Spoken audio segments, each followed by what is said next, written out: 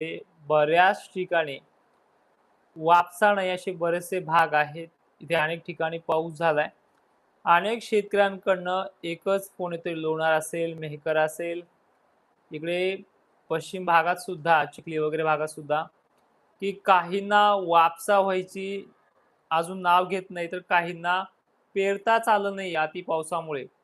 हा सुद्धा शेतकरी उघडीपची वाट बघतोय. तर त्या संदर्भात देखील आपण आज बोलणार आहोत. बीड जिल्ह्यात, लातूरमध्ये, सांगली, सोलापूरमध्ये काही असे भाग आहेत, की तिथे अजूनही पेरण्या नाहीत. या संदर्भात देखील आजच्या या व्हिडिओमध्ये बोलणार आहोत. आणि विषय खान्देश, नंदुरबारचा. आपल्या भागातही जवळपास उद्यापासून होणारी सुरुवात जी आहे 5 जुलै. कारण की उद्या 5 जुलैला जी काही आपण 5 आणि 6 ला मोठी व्याप्ती सांगितलेली आहे, ज्याची सुरुवात 4 ला होईल असं सांगितलंय. तिथे सुरुवात पण झाली, पण पाण्याच्या थेंबाची जाडी मात्र वातावरणात गारवा असल्यामुळे बनली नाहीये.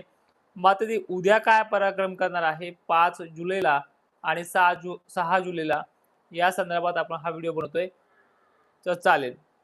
आणि एक महत्त्वाचं म्हणजे मला काही जण विचारत आहे, की खंड केव्हा आहे? म्हणजे अति पाऊस असलेला भाग, तर त्याबद्दलही बोलणार आहोत. सध्या पूर्व विदर्भ, जालन्यातल्या अनेक भागांमध्ये झडीचं प्रमाण चालू आहे. मराठवाड्यातल्या प्रत्येक जिल्ह्यामध्ये काही ठिकाणी खूप अत्यंत हलका तर काही ठिकाणी बरा पाऊस पडतो आहे. पश्चिम महाराष्ट्राच्या काही कोकण किनारपट्टी साईडला काही पुणे, सांगली, सोलापूर असे पश्चिमी भाग जे आहे तिथे काही ठिकाणी चांगला. मात्र कोकणामध्ये अति चांगला पाऊस हा होतो आहे. अतिवृष्टीसारखा पाऊस होतोय. तर उद्यापासून 5 जुलैपासून मान्सूनचा जो काही प्रभाव आहे तो आता मराठवाड्याच्या दिशेने थोडा चांगला प्रभाव टाकणार आहे. ज्यामध्ये धाराशिव सुद्धा बऱ्यापैकी घेतला जाईल अशी परिस्थिती उद्यापासून उद्भवते आहे. 5 जुलैपासून लातूर परिसरामध्ये जवळपास बऱ्यापैकी सुरुवात होते आहे. लातूर जिल्ह्यातल्या अंबाजोगाई, केज, अहमदपूर परिसर हा भाग आहे. उद्या काही ना काही म्हणलं किंवा वातावरणाचं वारं जरी असलं, तर उद्या गढी, गेवराई परिसर, मादळ, मोही पट्टा, बोरगाव, चाकला हे जे काही भाग अत्यंत कमी पावसावरती तिथे चालू आहेत पेरण्या, अशा भागांना उद्या दिलासा मिळेल. पाथर्डी ते पैठण असा एक तिथे स्थानिक लेव्हलला एरिया बनतोय. तिथे ढगांची थांबण्याची जी काही प्रक्रिया आहे, पळण्याची तर आहेच आहे. पण तिथे काही प्रमाणात पाण्याच्या थेंबाची मोठी जाडी वाढणं, अशा प्रकारचा प्रभाव कडाष्टी, पाथर्डी ते पैठण आणि गडी परिसर ते बीड जिल्हा, जामखेड परिसर, माजरसुंबा, बार्शी पट्टा आणि त्याचबरोबर लातूर पर्यंतचा एरिया घेण्याचा अंदाज आहे. यामध्ये माजलगाव, परभणी, पालम, बसमत, हिंगोली यामध्ये अटॅचमेंटमध्ये आहे. इथे ढग चांगल्या पद्धतीनं काळ्याकुट्ट ढगांच्या फळ्याची फळ्या सकाळी आणि दुपारनंतर अशा दोन्ही पिरियडमध्ये येण्याचा अंदाज आहे. त्याचबरोबर इकडे पाहायला गेलं तर आपण अहिल्यानगरमध्ये सुद्धा श्रीगोंदा दक्षिणेकडील भागांना वाढ होण्याचे चान्सेस आहेत.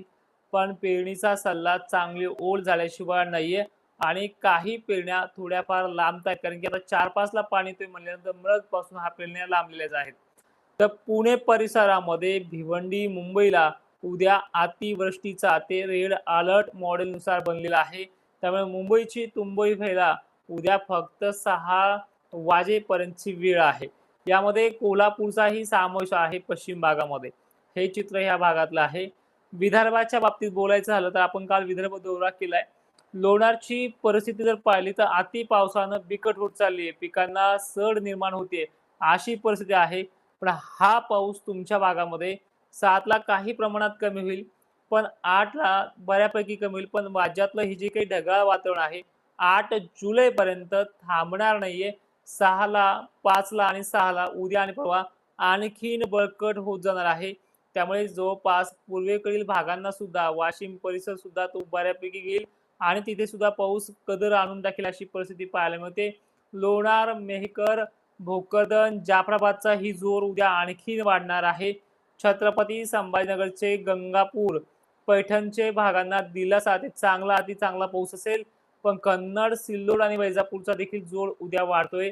त्याचबरोबर जळगाव, खान्देश एरिया सुद्धा उद्या घेतोय. मलकापूरला जी आज मध्यम सुरुवात झाली पेडवरती, काही ठिकाणी तो अति चांगला होता. पण त्याच भागातली परिस्थिती उद्या सुद्धा अजून वाढणार आहे. नायदेवीचा जो काही परिसर आहे, अमरापूर, चिखली हा जो काही देखील भाग आहे, या भागांना सुद्धा उद्या जोर वाढतोय आणि विशेषतः या भागांमध्ये झडीचं सातत्य मात्र कायम असणार आहे. चंद्रपूर, वर्धा, हिंगणघाट, वाशिम पट्टे देखील उद्या वाढणार आहेत. भंडाऱ्याला आणि गोंदियाला मात्र जास्त प्रमाणात व्याप्तीचा अंदाज राहणार आहे. सुरत मार्गे निघालेला जो काही लो प्रेशरचा प्रवाह आहे 5 जुलैला दमण मार्गे असलेला हा पाऊस नंदुरबारला ऊन काही ठिकाणी पण जवळपास दुपारनंतर मेघगर्जना सुद्धा होऊन पाऊस होण्याचा अंदाज आहे. या भागात सर्वाधिक जास्त व्याप्ती राहणार आहे. बीडचं लातूरचं कनेक्शन जे आहे ते नांदेडच्या जे काही अलीकडील भाग आहे, आपण त्याला म्हणतोय लोहा वगैरे कंधार परिसर, या परिसराला जोर उद्या वाढणार आहे. आता थोडक्यात पण ऐन महत्त्वाच्या मुद्द्यावरती हात घालूयात, तो म्हणजे बीड जिल्ह्याच्या काही सुटलेला भाग. यामध्ये पूर्वेकडील भाग सुटलेला काही प्रमाणात त्यांनी चांगला घेतलाय. तिथले देखील शेतकऱ्यांचे मेसेज पडलेत. पण जो काही पश्चिमेकडील पट्टा आहे, जो पश्चिम महाराष्ट्र सरळ सरळ मोडला जातो म्हणजे शिरूर तालुका हा पट्टा, उद्या ह्या पट्ट्याला कोण्या हालतमध्ये संध्याकाळच्या 8 वाजेपर्यंत म्हणजे ह्या वेळेपर्यंत घेतलेलं जाईल असं मॉडेलनुसार व्यक्त होते आणि अशाच प्रकारचा पाऊस इथे पाहायला मिळतो आहे. आणि विशेषतः नांदेड पट्ट्यापासून ते इकडे सोलापूर पर्यंत मोठ्याच्या मोठ्या फळ्या निघणार आहेत. सकाळपासूनच ही व्याप्ती वाढायला सुरुवात होईल. नाशिक जिल्हा उद्यापास पेरणी योग्य तर चांगल्या पद्धतीचा हा पाऊस इथे उद्या कव्हर करून टाकेल. संध्याकाळच्या 5 वाजेपर्यंत 2 दिवस जोर चांगला आहे. उद्या दिलासा सांगलीला आहे, अहिल्यानगरला आहे, बीडला आहे, लातूरला आहे, नांदेडला आहे. एकंदरीत सर्व जिल्ह्यांना मराठवाड्यातल्या चांगला दिलासा असणार आहे. संगमनेर पट्ट्यातला जो काही प्रभाव आहे, जो संगमनेर, श्रीगोंदा ते शिर्डी परिसरामध्ये मोडतोय, इथे देखील काही भागांना अति कंटाळा आणेल. आता तिथे काही मेसेज येतात, पण जे सोडलेल्या भागांना कितीही जास्त झाला तरी त्यांना फायदाच आहे. तर अशा भागांना तिथे चांगल्या पद्धतीचा उद्यापासून मिळतोय आणि 5 आणि 6 ही जी काही तारीख आहे, ही फायनल आहे. इथून पुढे या भागांना दिलासा देणाऱ्या तारखा नाहीत, म्हणजे जवळपास आपण देणार नाहीत. कारण की आतापर्यंत धीर धरा, धीर धरा असं आपण ज्यांना म्हटलो आहे, त्यांना ह्या तारखेपर्यंत आणलंय. 5 ला आणि 6 ला जो काही पाऊस असेल, 5-6 दरम्यान, हा तुमच्या पेरणीचा निर्णायक पाऊस असणार आहे. याच तारखा ठरवतील की तुम्हाला पेरणी होईल की नाही. कारण की तिथून पुढे 7 पर्यंतची जी काही जोर ते वाढणार आहे. कारण की एक दिवस मागे पुढे होते 7 पर्यंत राहील. पण 7च्या नंतर वातावरण हे थोडं थांबणार आहे. वारे पुन्हा बळकट होतील आणि पाऊस विदर्भाच्याही पलीकडे म्हणजे एमपीकडे सरकण्याचा वाण आहे आणि याच्यामध्ये अकोला, अमरावती, मलकापूर त्याचबरोबर जळगावचं, खान्देशचं पावसाचं सातत्य वाढलेलं राहील. पण मराठवाड्याचं आणि पश्चिम महाराष्ट्राचं जे काही सातत्य आहे, सध्या झडी स्वरूपाचं का होईना, हे सातत्य या मराठवाड्याच्या आणि पश्चिम भागाचं 7 जुलै नंतर कमी होणार आहे. त्यानंतर ह्या भागामध्ये काय अवस्था असेल की इथलं टेम्परेचर वाढणार नाहीये. सूर्यदर्शन 3 तास 2 तासच राहील. यामध्ये एक प्लस पॉइंट असा आहे की जो स्थानिक लेवलला मोठ्या थेंबाचा पाणी जो काही पडत असतो, तो 7, 8, 9 ला तिथे पुढे वाढत जाईल.